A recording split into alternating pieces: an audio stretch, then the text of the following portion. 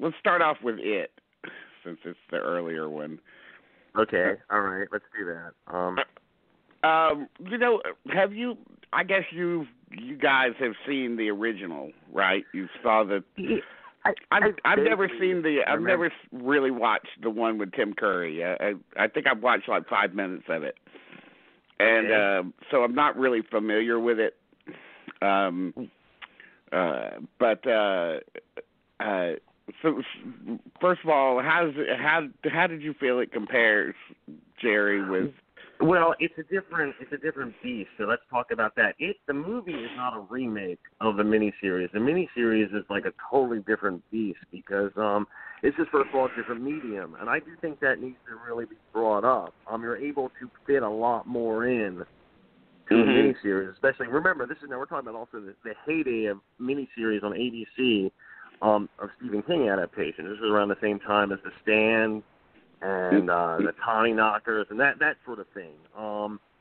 So it's different in that sense. I have to say this: the younger generation love it. I mean, I work with a couple of guys, and they swear by the miniseries just because it scared the shit out of them as kids. I mean, seriously, and you think, wow, okay. So, you know what? You sort of understand where the fear of clowns comes from, I guess. But as far as adaptation goes for Stephen King movies, I thought this was one of the better ones in a long time. I really I mean did. that's a pretty low bar. Well, no, I know, especially since I think what was something was on a kind of like we have the one he directed, Maximum Overdrive. So right there, I mean, Yeah. I mean, and I mean even just recent ones. Of course, the Dark Tower was pretty poorly received by just about everybody. Right. And I can see that one coming a mile away. I was like, boy, this looks terrible. So when I was looking at the trailer for the 50th time, I was like, oh, people were already sick of that movie before it even hit the screens. Yeah, that's true. Of course, everybody was very excited about this one, and obviously it's a huge hit. My thoughts of it were that, let me just say the thing that I like most about it.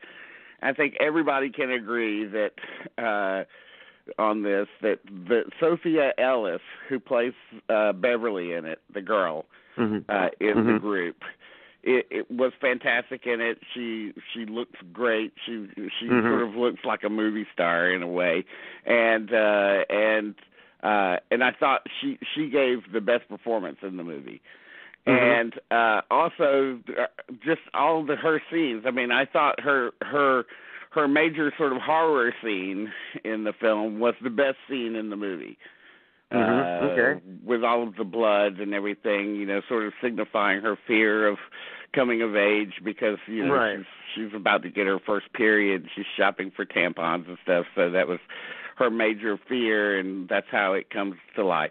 Of course, in it, the it of the title is preying on the deepest fears of all the kids. But for me, I was not very impressed with the movie. Okay. You're not. By the way, you're not the first person to say that. I mean, so I feel like I'm the first. It feels like everybody loves it, but and I mean, I haven't gone and read a lot of reviews of it or anything like that. But it just, the person I was with when it was over said, "Oh man, I loved it. It was great. It was sort of like even though it didn't take place in the 50s, it takes place in the 80s." But in the original novel, the kids part of the movie at least takes place in the 50s. But he's kind of fetishizes the 50s in a major way. Big fan of everything that comes from the 50s. So he liked that it kind of it still kind of felt like the 50s, even though it was supposed to be in the 80s. But he responded quite a great deal to the to the friendship between all of the kids in the movie. To me, it didn't rise to the level of, say, Stand By Me, which is a movie that also I'm kind of in the minority of not loving as much as everybody else does. It's okay, but it's not my favorite. But in comparison, I felt like the friendship there in that movie felt stronger and better written, and here it felt like all of the characters were just types, and I didn't really feel like I really got to know them or who they were or anything. And but my main complaint with the movie was that I felt that it was repetitive. It was just every scene was the same. I mean, it was just, somebody, oh, there's something other in the other room, and they're going into the room and to see what it is, and then they're going to be scared and blah blah blah, and it's rinse and repeat. I get that. I understand what you mean. Actually, though, that's a very good point that you bring up about repetition. This seems to be in Stephen King adaptations. Some of them there is that repetition. Even in the books, you get that repetition. I understand what you mean. I didn't mind it here because I think this, God, you got to forgive me. The only things I read lately online, as far as entertainment goes, are the Wrap, where they have those horrible articles, 5 reasons why it worked or something. And but the thing that I think this film's greatest strength actually comes from the success of Stranger Things. I really do believe that. I think that Stranger Things in the ether, I think that helped it tremendously. But I mean, Stranger Things is the one that's stealing from King. Yes, I know. But I think that's the thing that really. And they're having one of the kids from Stranger Things in the cast, who was actually very funny. You needed him in the movie. I think it's a good movie. Your criticisms are valid, Dean, but they're not enough to take me out of the movie. But I understand them, and I think they're actually you have a very valid case here. I think what struck me most about the movie is it gets going immediately. I think the opening scene is, if I was younger, I don't think I'd be able to sleep. I thought that was really terrifying. I guess it was. I mean, the negative for me is that they pretty much showed the entire scene in the trailer, so I was pretty familiar with what was going to happen and so forth. So I mean, I guess so. I mean. But would a kid in the 80s really care about a little paper boat? And I don't know. Well, that's a good point, too. Maybe that would have been better in the 50s than it would have been in the 80s. That's an interesting point, actually, because I don't remember doing that in the 80s. I mean, no.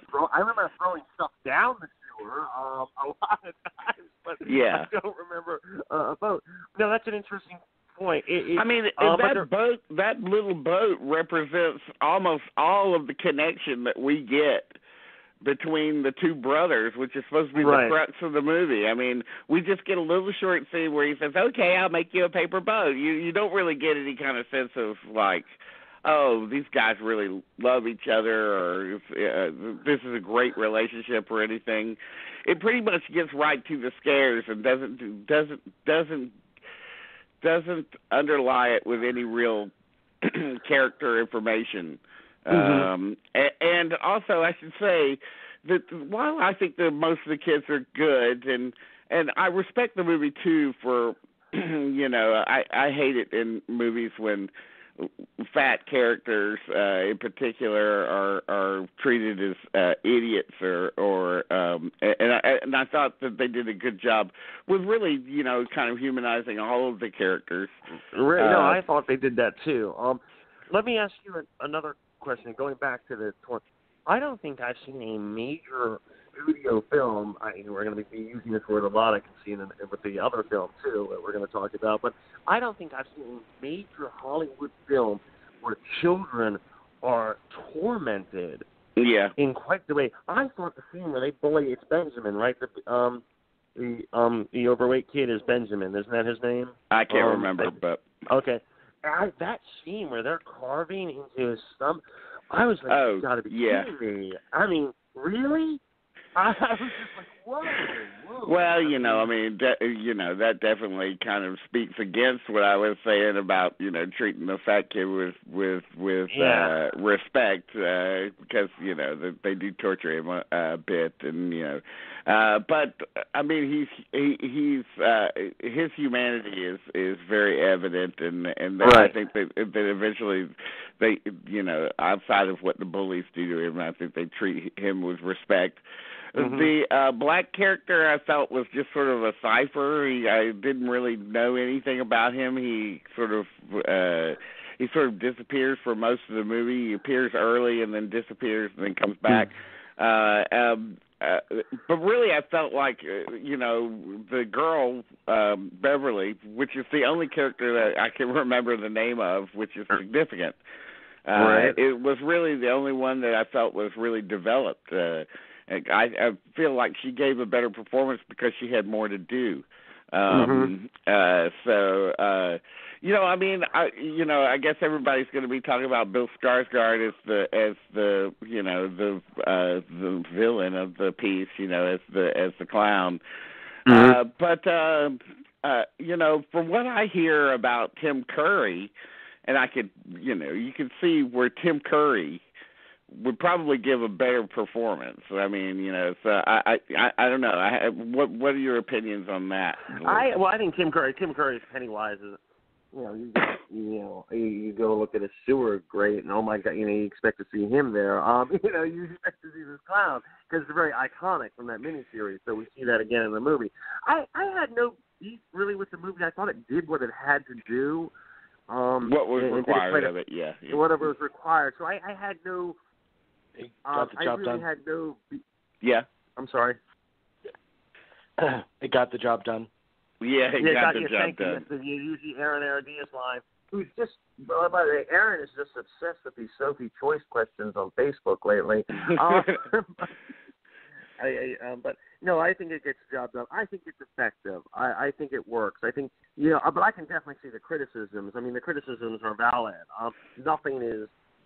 How do we say? We have these, I hate that thing where it doesn't matter what movies, whether it's a comic book movie or what movie, there are no sacred cows. We can criticize a movie, even if it's good, we can certainly point out its flaws, I think. I don't think there's harm in that, and this film certainly has its share of flaws, but for me, not enough to take away from its overall enjoyment of it, if that's the right word. I mean, it's something else that, first of all, like a $35 million horror movie that the studio made something at that cost. Because most horror movies are in the range of $5 to $10 million nowadays.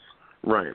And it's pretty significant that it's like going to be one of the highest grossing R-rated movies. Right. And especially one of the highest grossing horror movies of all time. And I think people were enticed by the images of the clown in the trailer, and ultimately were drawn to it by the nostalgia that you guys are talking about. Yes. And, important. They're going to do the second one. That's going to be an even bigger investment, I'm sure, with major stars. Yeah. Yeah. No, it's going to be major stars, and I think you bring up a good point. It is the nostalgia factor. Obviously, the people who made this movie loved the Goonies, loved Explorers, Stand By Me, and that's evident. I mean, it's really evident. And that's good. That's fine. I mean, it's a real, it is a real Gen X, / millennial nostalgia trip, really. Yeah. And, I really don't have any love for any of those movies, much love for any of those movies that you mentioned. So it's I get, it's just, if, in a way, it's kind of a fan film, and it's for fans of all that stuff, and I'm not one of them. So, it wasn't made for me. I'm glad everybody enjoys it.